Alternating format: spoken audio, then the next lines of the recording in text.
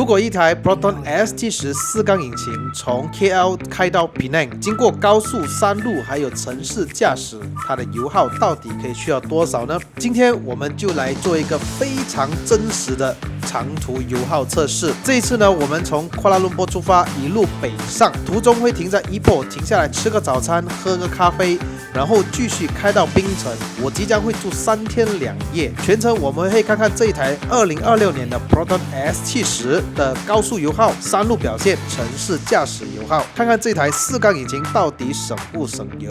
Civic 有 Speed Card， ai tak ada。Hello， 大家好，又是你的爱的人了，不是一个车评，只是 POV。欢迎回到我的 POV 乱拍系列啦，欢迎回来1年1度回槟城的系列了哈。为什么说回槟城？如果你们关注我已久的朋友都知道，然后我妈妈是槟城人嘛，然后每一年的这个清明节前呢，提前回去清明，就是在学生假期的时候那段时间我们就回去啦。这次又是回去3天2夜啊。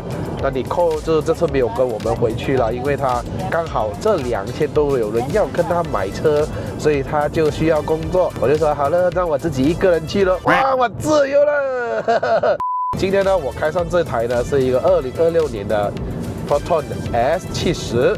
1.5四缸引擎，那我在2年前呢，就是有拍过一个视频啊，那时候是开着3缸回槟城的啦，然后整体的感觉很不错，而且很省油一下的我。果然Sedan啊，就是跟SUV 的 Aerodynamic 不一样，它没有这么撞风，然后加上它的车身没有这么重，引擎呢虽然3缸来说很够用啊，150匹，动力来说在高速公路呢，还有它的油耗都给我一个非常好的印象。而这次换的4缸呢，到底它的油耗会不会好一点，还是怎么样呢？我们这一路上会慢慢的跟大家讲解啦。所以我昨天晚上呢，又赶紧把这辆车充满油，然后我添满油之后呢，这里的 range 说大概可以走590多 km。现在从 PJ 的这个 Damansara Toll 出 Toll， 一路上我先到怡保，然后我们有几个朋友也是刚好要去怡保的，所以我们会在马路上见了哈，所以我们有在跟他们在Duta那边见。所以这次你看，我现在已经出Jalan Duta Toll，OK， 现在是6点37分，然后我们大概开一个200公里左右到怡保，先吃个早餐。所以等一下我就跟他们一起下槟城啊。我这里的 Trip One 呢，这里写我走了4点多公里，然后我这边的 range 还有说还可以走571公里，然后我也昨晚呢特意去检查了那个轮胎的风压，全部刚刚好230多 kPa。这次呢我就将会做一个油耗测试左右嘛哈，对吧？然后顺便拍个 vlog 给你们看。那以一个不太轻脚的人呢，开这个 S70 回槟城会用多少个油呢？因为今天没有人控制我啊，你要知道我不是那种为了油耗、为了 content 啊，特意去踩在高速公路走80-90给你们看啊，什么车都省油啦，对不对？用我正常的速度去开这辆车。那这次的2026的 Proton S70 呢，它做了一个小细节，你们注意看它的转速表上面呢，其实多了一个橙色还是红色啊，那个一种什么来的？到底什么来的？它其实是辅助你，让你知道你的油门的踩踏的深度。如果你轻轻踩的话，就是绿色咯；你再重脚一点，它就是变橙色；如果你再更重脚，它肯定是变红色。可是你切换到 Sport 的话呢，它是没有了的哈。这辆车刚好也是一个准新车啊，刚刚拿车的时候才700多公里。现在我全程都是即将会用这 Comfort Mode， 我不会偷把它放进 Eco Mode 的，你放心，因为在高速公路要超车，我要的反应肯定是 Normal Mode 给到我的哈，不要特意啦，真的不要特意，这次我就是很随性的去拍这个 video。OK， 那我们现在爬完坡了，我来看一下，我们现在如果行驶在90公里每小时的话啊，它的转速是在1800左右。现在特意下坡，踩一点点的油罢了，你看22 km/L。什么车都可以做得到啦，下坡，而且那种速度越来越快哈。这是位于松埃部落的范围，没事，我就是要找一个比较平一点的路，我们做一下实际上的那个瞬间油耗。到底是快乐表吗 ？OK， 我们现在来到稍微比较平的马路了哈，所以我现在先做一个转速测试，我维持在100 km/h 左右呢，我的转速在2000，然后呢，我的瞬间油耗啊，现在会维持在一个19到20 km/L 左右。OK， 所以你看到我的那个转速表的辅助那边有一个绿色，代表了油门踩踏现在是省油的哈。哇 ，OK， 那不知不觉现在也开到110了，2200的转速，我还可以维持在20 km/L 左右上下。OK， 那我再踩快一点，我们去到120公里每小时，看看它的转速。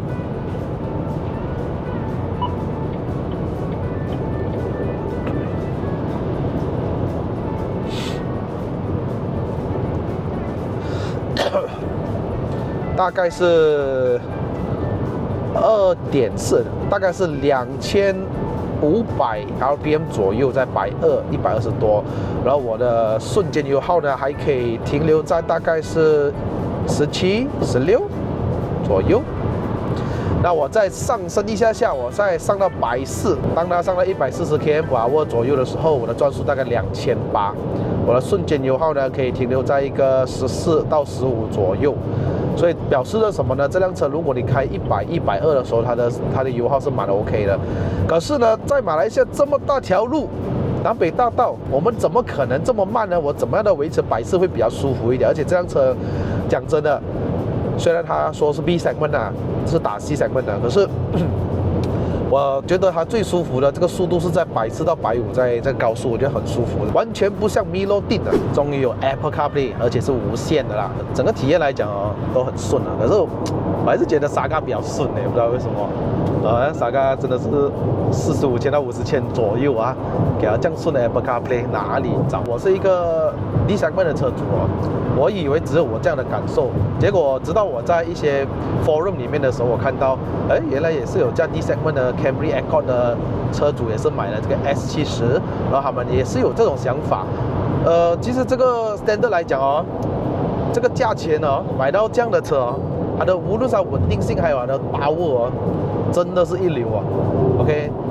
90千，你要找到一个1.5公升的 Turbo， 再加上 7-speed DCT， 因为在这个时代 B segment 啊，很多家用车全部都是用 CVT 哦，所以整体的驾驶体验真的是被那个 CVT 给毁掉了啊！如果你觉得你很喜欢顺畅，你很喜欢在塞车的时候，有时候起步会有那种顿挫感，那种橡胶带的那种感觉啊，you go for it。可是我现在这台就不是这样的故事啦。在高速上面轻松超车，你看我现在140公里每小时是完全没有压力的哈。你再想象一下，如果我现在要超车，轻轻把油门踩下去就可以了，你不需要让它强制降档什么的。反而我觉得，没有快多少啦，反正我就是顺的踩下去的话，的效果会更加的好。而且引擎的噪音没有很大，而且这具的4缸哦，比这些3缸 response 好更多。没有什么 turbo lag 的感觉的，真的。然后我踩完，它是变速箱需要一点点反应啊。你看它加速，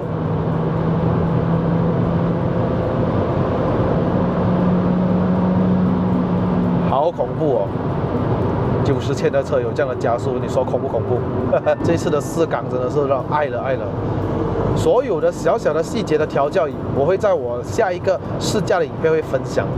它的细节真的是，你看啊 ，Proton 虽然推出这个 S70的样子没有什么改变，它只是换了一个新引擎，你不要看这样子哦，连变速箱的调教、这些仪表的小细节等等小细节，它都有在做提升的。那我踩一半的油门罢了。Oh my God, man！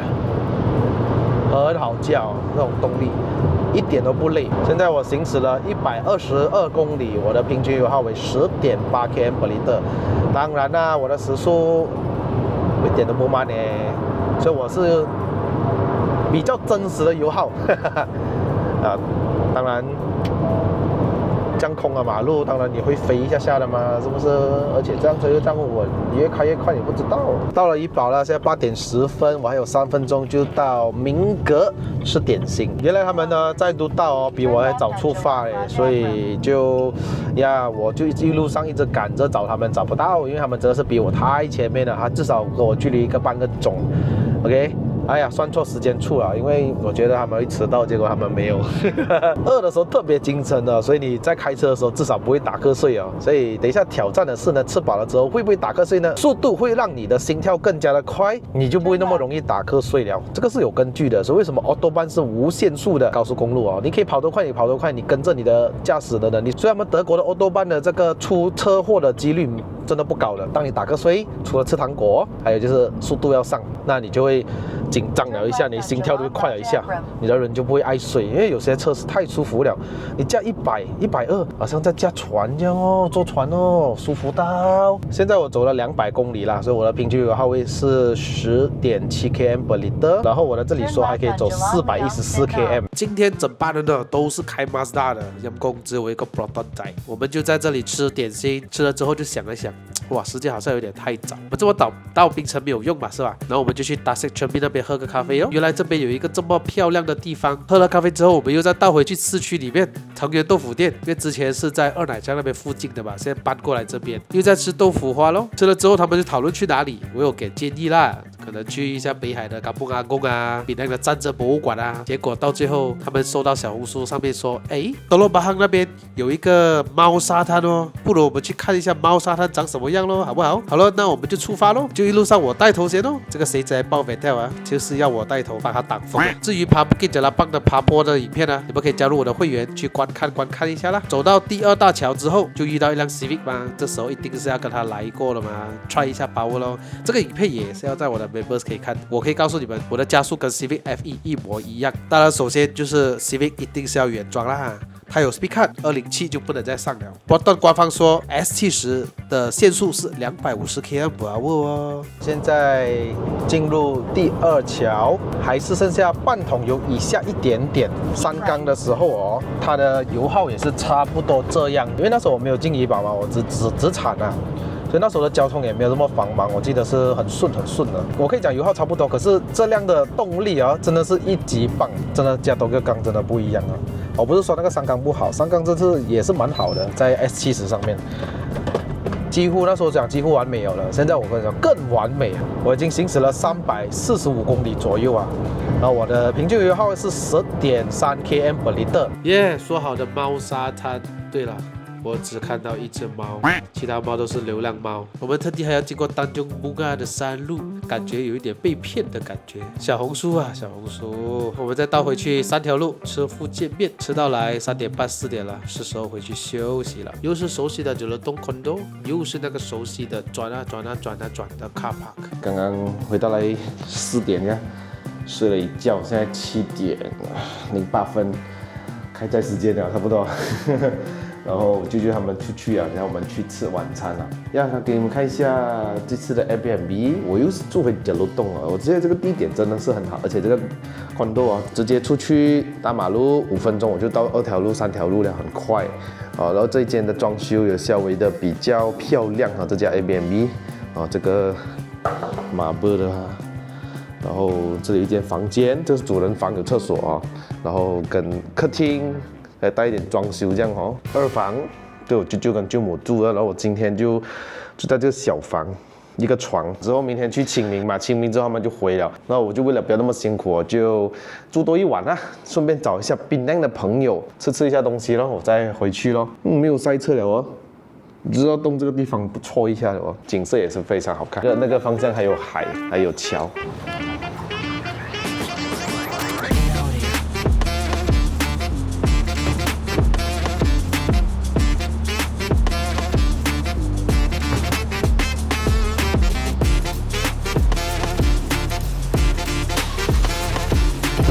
晚餐时间，现在我要去载 Nicole 的槟城朋友一起去3条路吃晚餐啊。然后我发现到，我的油缸差不多了哦，剩下61公里哦，总里程呢走了大概430公里左右啦，平均油耗10 km/L。再还来到我最喜欢的3条路吃晚餐，这里晚上真的很多好吃的，尤其那个藕煎的藕啊，大力到我舅舅又说要去吃巴厘岛啊，槟城人应该都很喜欢吃的啦。睡个觉之后，明天早上7点多出发。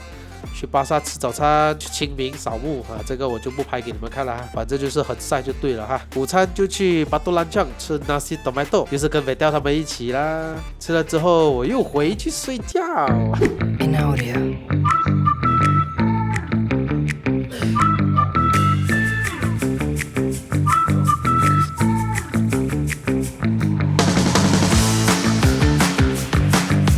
来到槟城，不是吃吃就是喝喝，不是喝喝就是玩玩，就是乐乐。那吃完之后，我打算去到 Uniqlo， 这个地方是很好车距的地方，但是前一阵子就有一个傻逼呢，就在那边玩 point and bang 咯，害到很多人都不敢去了咯。所以我们只有自己辆车，然后我们就飞一下 drone 哦。你看我那班搞笑的朋友吓到半死哦，这个景色蛮不错一下。之后再去一个很出名的阿布喝一下茶，吃一下东西宵夜，提早回去休息，因为明天早上我即将要去跑山。至于跑山的影片，你们可以看我之前的影片啊，那个会比较长。跑完之后。也是一样，吃了午餐我就要 check out 回吉隆坡。check out 时间有点累了，真的。早上为了跑山早起，现在吃了午餐还要开远途回去，希望不要塞车，塞车我更累了。唉 ，OK， 这样子又要完成了3天2夜的旅程，1年1度啊，每一次都要回来了。这槟城真是一个好地方，虽然我的油还有是3/4，可是我还是想要打满一次，然后我再回去吉隆坡。我这次下午应该是跑不快，所以我再测试一次它的油耗。如果我是不要踩到这么猛的话，到底会得到怎样的油耗呢？哎，早上拍的东西还在。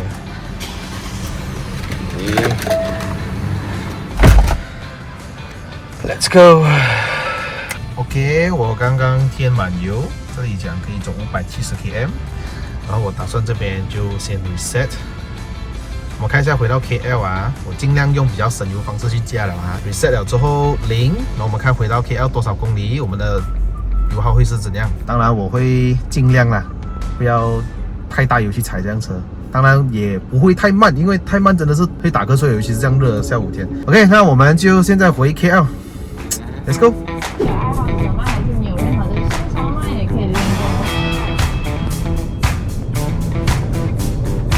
哎呀，要到达马萨拉豆之前还有1.9公里吧，要刹车了。我的 range 呢还有245公里左右，然后我走了351.9公里，然后我的平均油耗为11.3 km/L。然后这次我回的时候，由于是因为 Vedel 他们先回嘛，然后我一个人独自享受的跑，中间停一次厕所，在拉当比干嘛？坦白说，这次我还是人生中第一次开车来回槟城一个人。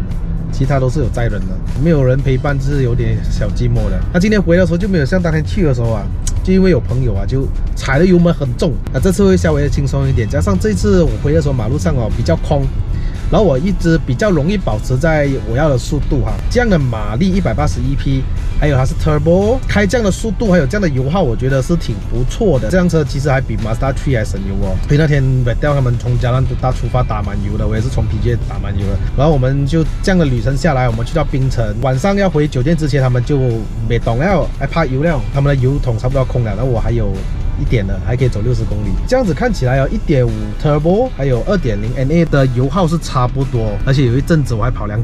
那总体来讲呢，这一次的旅程拥有这个 Proton 的 S70， 我相当满意。第一点就是它以90千的售价，一个 B segment 的 sedan， 在马来西亚其实老实讲没有什么选择的，以这个价钱来讲，对吗？你想一下嘛，90千你可以买到什么车？如果你要求要高配的 Vios HEV 都100多一点了。然后 City 的 HEV 啊，你不要 HEV 都好，都要100千了。最便宜、性价比最高，我觉得还是 S70。第一点就是它有 Turbo， 第二点它不是 CVT， 第三点它高速的稳定性还有舒适性真的很不错。OK， 我讲多也没有用，我讲这辆车稳，你们没有去试车，你们讲什么都是假。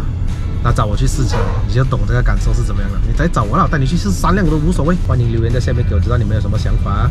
如果以一个9万块价格，你们觉得这辆车值不值得？我个人认为真的非常值得，而且很符合我的口味，很舒服，驾到很爽驾。如果你们认识我久的话，你们都知道我看车的定义是什么，配置什么不太重要，因为该给的都有就可以了啊，至少有6颗安全气囊啦、ESC 啦、自动刹车要可有可无了。对我来讲，那盲点侦测啊、什么360啦这些，我觉得都是小问题。我认为一辆车好不好开，这是最重要的问题。为什么？因为你会每一天开到它，你为了什么保值率啦、保养费便宜、轮胎小力便宜啦，可是你开着一个不好开的车，那你要面对它好几年，你会后悔吗？我再换一个角度方式去想一下，如果你今天娶一个你不喜欢的类型的女人作为你老婆，大佬，你早上起来晚上睡觉都是要面对她的哦，你可以接受吗？如果你可以接受，我没有话讲哦，但是我是不能的。所以一台车好不好开，这是一个重点。第二点就是给我的话，内饰啊漂亮也是一个点啊。S70 的内饰已经无话可说，我觉得这个内饰我很满意，干净。对吧？好了，本期的视频就到这边。如果你们有什么想法，在下面留言给我知道一下。你们觉得一个9万块的车性价比高不高啊？好吧，想听一下你们的意见。这样的油耗你们可以 O 不 OK， 接不接受啊？那我是你的爱的人，还没订阅的朋友们记得按下订阅。我们下个影片再见啦 ，Goodbye。